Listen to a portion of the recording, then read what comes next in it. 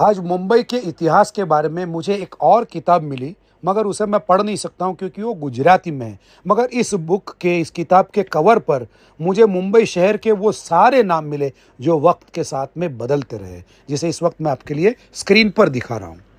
मुंबई में अगर बोरीवली नाम का सबब है तो मुंबई के बाहर ठाणा में भी एक और बोरीवली है। अगर मुंबई में दहीसर है तो पालघर में भी एक छोटा गांव है जिसका नाम है दहीसर। अगर यहाँ पर गोरेगांव है तो रायगढ़ डिस्ट्रिक्ट में भी एक गोरेगांव है। और मुंबई के बाहर अगर मीरा रोड है तो भारत के बाहर भी एक मीरा रोड है, और वो भी कनाडा में।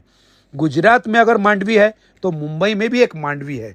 और इस मांडवी के आगे तब एक ऐसा एरिया लगता था जहाँ पर हमेशा दलदल हुआ करती थी और घुटनों तक पानी हुआ करता था। जो भी वहाँ से चलकर भिंडी बाजार जाता था उसके पैर ऑटोमेटिक धुल जाते थे, और लोग देखते ही पहचान जाते थे और कहते थे, हाँ पायधुणी वर्ण आला ऐसे दिसते।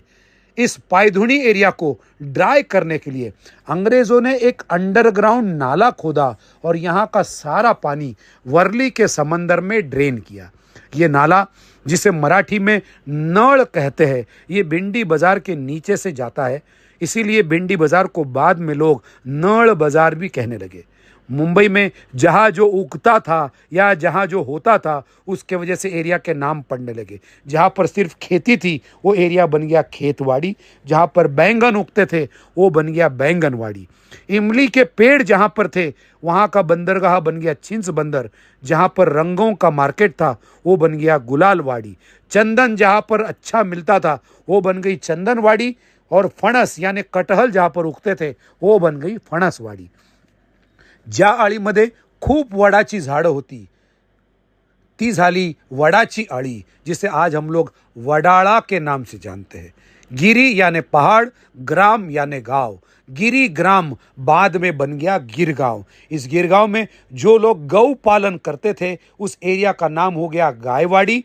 और ये गाय जिस टैंक में पानी पीने जाती थी उस टैंक का नाम हुआ गोवालिया टैंक। ये गाय और बाकी के जानवर जहां पर चरते थे उस जगह का नाम हो गया चरनी रोड। एक पहाड़ पर बहुत सारे बबूल की झाड़ियां थी जहां पर बना एक शिव मंदिर। इस शिव मंदिर का नाम रखा गया बाबुलनाथ, जिसे 13th सेंचुरी में बनाया राजा बिंबदेव ने। इस राजा ने मुंबई में अपनी राजधानी बनाई महिकावती में, जिसे आज हम लोग माहिम के नाम से जानते हैं। माहिम में आज एक फोर्ट भी है। और इस राजा की और एक खास बात थी, इस राजा के पास थे 2500 हाथी। अब इन 2500 हाथियों को रखा कहा जाए, उनके लिए एक एरिया खाली कराकर उनके लिए एक स्पेशल तबेला बनाया गया जहां पर इन हाथियों को रखा जाता है। उसे संस्कृत में कहा जाता है मातंगालय। यही मातंगालय वक्त के साथ बदलते बदलते हो गया माटुंगा। राजा बिंबदेव जिस गांव में एक पत्थर पर बैठकर न्यायदान करते थे वो गांव बन गया न्याय गांव, जिसे आज हम लोग नायगांव के नाम से जानते हैं।